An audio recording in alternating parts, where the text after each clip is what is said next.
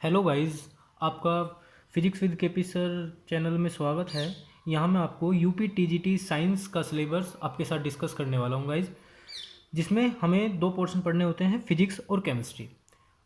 आप लोग इस चीज़ की बिल्कुल भी टेंशन ना लीजिए, आपका सिलेबस बहुत अच्छे से, और इन वीडियो में मैं अपने चैनल पर जितने भी आपको क्वेश्चन कराऊंगा वो सारे क्वेश्चन बेटा ऑब्जेक्टिव होंगे। जो इस प्रकार है, हमें दो पोर्शन करने होते हैं, एक फिजिक्स और एक केमिस्ट्री बेटा।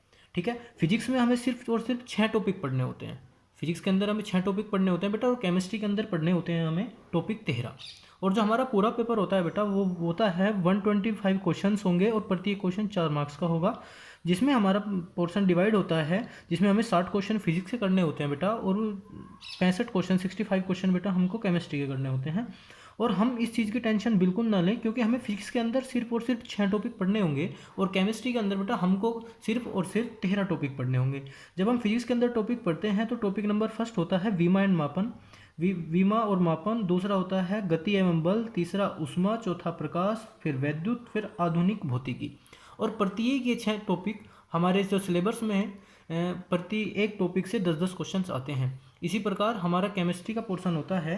केमिस्ट्री में हमको टॉपिक पढ़ने होते हैं बेटा 13 टॉपिक में पहला द्रव, रासायनिक संयोग के नियम, पदार्थ की संरचना, परमाणु संरचना, डी ब्रोगली और हाइजेनबर्ग का अनिश्चितता का सिद्धांत, रेडियो सक्रियता, रासायनिक आबंधन, रासायनिक अभिक्रियाएं, वैद्युत, रासायनिक सेल, तत्वों का आवर्त वर्गीकरण, और कार्बनिक यौगिक से बनने वाली विधि एवं उनके गुणधर्म, समावयवता और सामान्य कार्बनिक रसायन।